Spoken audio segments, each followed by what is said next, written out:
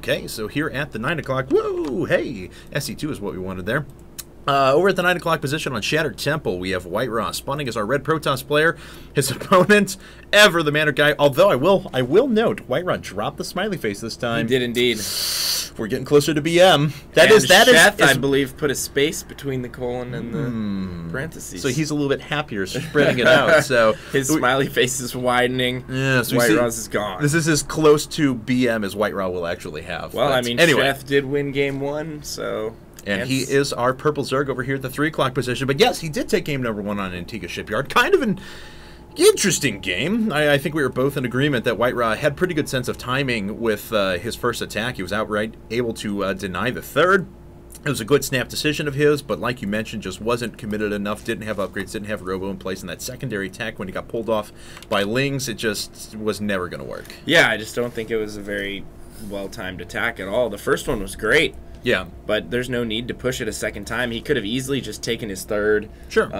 Put up a few cannons, walled off, teched up to Colossus, added a few Immortals into his army mix, got, +1/+1, maybe +2/+1, and then done a push around whatever, 150, 160 supply, and I think Sheth would have been hard-pressed to stop that because he would have been playing catch-up from that point on, and he would have been droning so hard, his army just wouldn't have been there. And we see Forge Fast Expand coming out of White-Ra. We also have a Speedling build coming out of Sheth. It was 14 gas, 14 pools. Sense of timing's very, very good.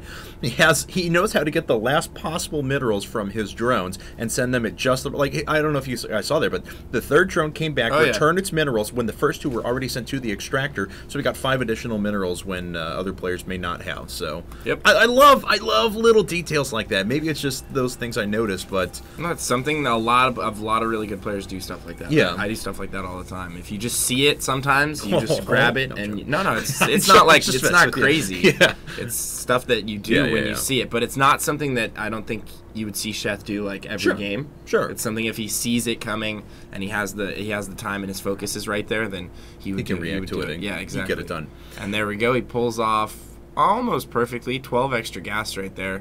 Yeah, looks like he was. No big deal. Yeah, no, not at all. And once again, only using his overlords to scout, has not sent out any drones, so he's fairly reactionary. I mean, it's not important to him to scout his opponent absolutely early and construct his build based upon whether it's a Forge Fast Expander or a 1-gate expander, whatever it might be. He does find his opponent now. He sees the Photon Cannon coming up and the Nexus, but he does have, like we mentioned, a pretty good Speedling build in place and may have the potential to just outright flood White-Ra a bit. Yeah, he definitely could.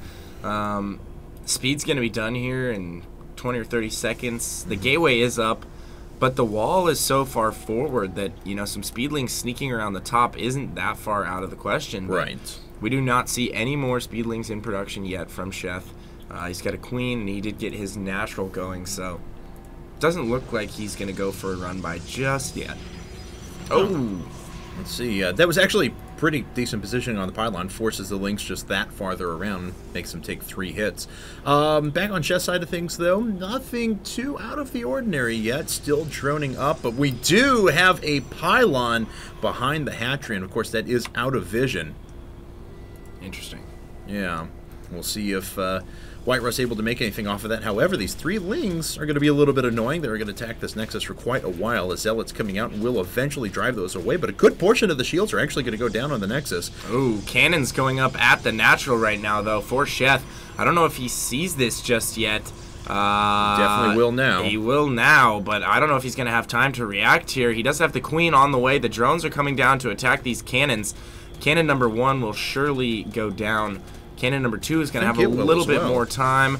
He's adding additional cannons behind these cannons. Wow. Some Lings coming out here. Oh, wow. Nice mineral walk. I don't think this is actually going to do very much damage, or at least the intended amount. Oh, wow. I can't believe he actually let that last... Cancel everything. He didn't cancel the one cannon to finish and only killed a Zergling, so they actually lost 150 resources because of it. I thought he was actually going to come out in the advantage just due to the fact that he was making his opponent lose so much mining time. It was worth 120 resources or so that he was going to lose by canceling. No. But after that, not so much. Sheth produced the absolute perfect number of Lings and it's redroning. If we go back to the natural... I think that was a huge mistake by White-Ra, because generally, you'll see players put the cannons in the back, which gives you a lot more time for the drones to run around, like a cannon here, you can and also, a cannon here, and a cannon there. You can also do the pylon right here, Yeah. pylon right here, double cannon in the middle, Yeah, and I'm they're not just sure not accessible. why he used that really weird formation right there, Yeah. but from what I could tell, it just gave the cannons the maximum possible surface area to get attacked by lings and drones, and I think that was a huge mistake on his part. He could have just ended the game right there if he had done that properly, and he ended up losing a lot of money as a result as well. Yes, he did. 150 for the cannon, 100 for a pylon, and then 3 of them canceling at 37 apiece, so you're talking about 370 resources lost. Actually, 367. But yeah, that's pretty considerable. Yeah, it is. So let's see here. I'm sorry, 361 is what I meant. Anyway, the macro hatch is coming up now. That's what I got to be good at doing. Anyway, destructible rocks are going down here in a second, so he is going to take a third base pretty quickly, and Sheth feels pretty confident that he's not going to get hit by any sort of a timing, I suppose, as he's clearing up. Maybe he's just utilizing his idle Zerglings to go ahead and take that out right away, especially given the fact that he already has a macro hatch coming up, but certainly not out of the question that he could take an early third. Yeah, not at all. It's definitely a possibility, and I think he will go with the gold. Why not? Yeah. I mean, on Shattered Temple, it's right there, and, you know, if you're... oh, my goodness. Hello. Before I say that, I saw a bunch of ghost gateways. They keep getting put up and canceled and disappearing, but... Let's see, that's going to be 7 altogether. There was 7 gate off of 2 bays. And we've seen a lot of this out of White-Ra lately. This is a build he really loves to use. 7 gate plus 2, it looks like. I imagine he's going to opt for another upgrade here in a second before he begins the cycles of Warpins, or... maybe I'm just, or not plus 2, I'm sorry, but a 1/1. Yeah. He would need Twilight Council to get plus 2. There it is. Armor's on the way as well now. Gonna go ahead and chrono that out, and then gonna hit a pretty solid timing push here. His supply down right now, but he's saving a ton of money, so he will be able to boost that up with a few warp cycles, and there we go. His supply is just now, you know, starting to get to the point it needs to be at. But Sheth, I feel, is in a pretty good position to potentially hold this off. I mean, sure. He's got a lot of units out on the field already. He's got that macro hatch. Another 28 links coming out now, so that's actually going to put him at 61 already. Yeah. Going down to the bottom right-hand corner for a 4th base. His macro is looking great. His supply is skyrocketing already. He's got 1/1 coming. And Ventral Sack. So we're going to see Baneling drops here in a bit. Yeah, looks like that's what he is going for, but he's not going to have a chance to get there. White-Ra's already on his way in right now, but it might be a good thing that Sheth has those lings out on the field right now, killing... oh, and he's not going to get a chance to cancel that hatchery. It does finish right as White-Ra gets there. Yeah. This probe being so pesky, just dropping pylons everywhere. This pylon, actually, one of the more important ones. It doesn't actually get up, though.